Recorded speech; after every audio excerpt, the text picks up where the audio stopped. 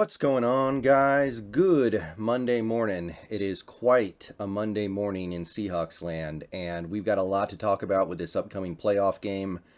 We've got a lot to talk about with the season that this team has managed to put together despite the money problems that they had with all the dead money, despite having a bunch of assets tied up into future draft capital, despite giving massive playing time to rookies.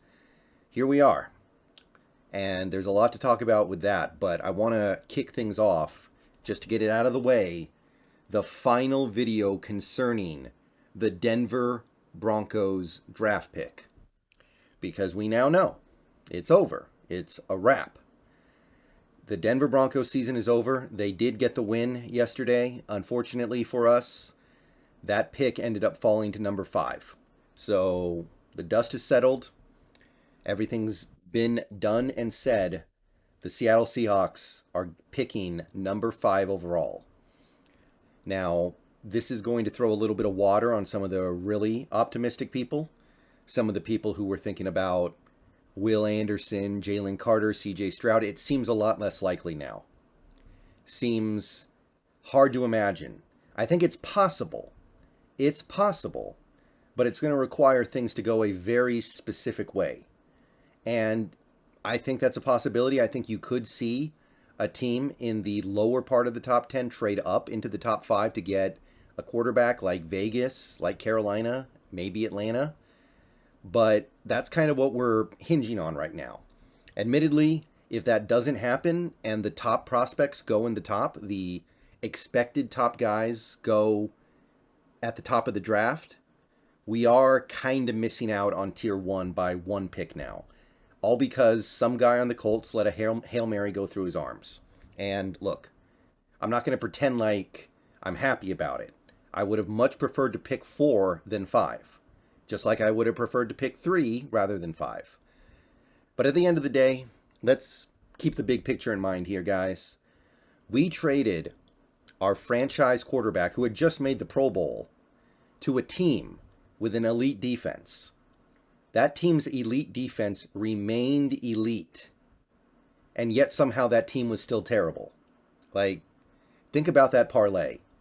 You send your franchise quarterback to a team that has an elite defense, and that elite defense holds, and yet that team is still terrible because they have maybe the worst offense in the league.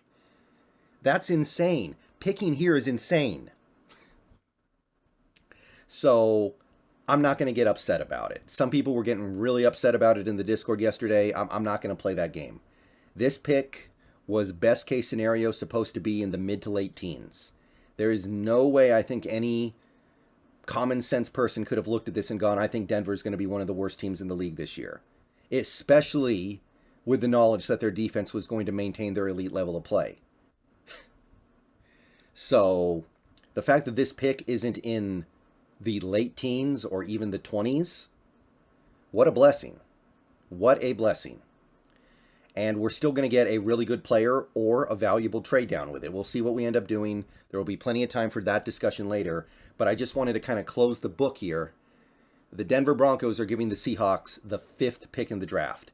And because we also have their 2nd round pick, we also get the 36th pick in the draft because Miami forfeited their 1st rounder. So number 5 and number 36 overall. That is what goes to Seattle in this draft. And look, I'm going to say it again. Just to remind people who are really, really upset that they're not going to be able to go after a guy like a Jalen Carter or Will Anderson now, or CJ Stroud. Think about where this was supposed to go. Did anybody think Denver was going to be one of the worst teams in the league this year? Did anybody think that Denver was going to be maybe the worst offense in the league this year? I don't think so. I think you could comb through the comment section of YouTube and SB Nation and Twitter for hours and not find one person who would say Denver with Russell Wilson is going to have maybe the worst offense in the league. And they're going to go 5-12 despite having an elite defense. So I say this was a tremendous success. And I wake up every day grateful that this team, even if Wilson may have forced it, got to make this trade, because it sure seems like the bottom just fell out on Wilson the moment he left Seattle. That's the only way I can put it. Now, I don't know what happens with Wilson from here on out. Personally, my guess is he'll never be anything more than an average quarterback again. I could see him maybe getting to an average level, but I don't think there's any way he ever becomes like a good quarterback again. There are too many obstacles. And I think there are too many things that have to go right. Like, they're talking about trading the little draft capital they have left for Sean Payton, and I don't really think that's going to work enough to justify the players that you miss out on because you traded for Payton. So I don't know what happens. I don't think it's going to go well in Denver. Probably won't go this bad just because, I mean, it's hard to be this bad. But it's not my problem anymore. And at the end of the day, we cashed out at the exact right time. You cashed out and you got 2 top 10 picks, including 1 top 5 pick, and you got 2 top 10 second round picks, including 1 top 5 second round pick. What else is there to say other than holy crap? Maybe the greatest trade of all time. And I know some people are going to say, well, what if Wilson becomes an elite quarterback again next year? Then you're going to regret trading him. No.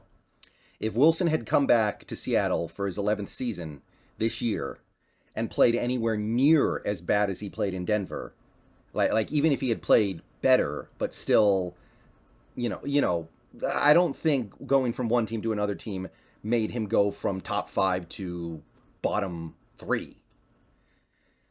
Then we would have given him away this offseason. There's no way we bring him back at that point if we almost traded him the previous 2 offseasons. So that was probably going to be the outcome if we had kept Wilson. We would have given him away to a team for like a 5th round pick just so we wouldn't have to look at him anymore.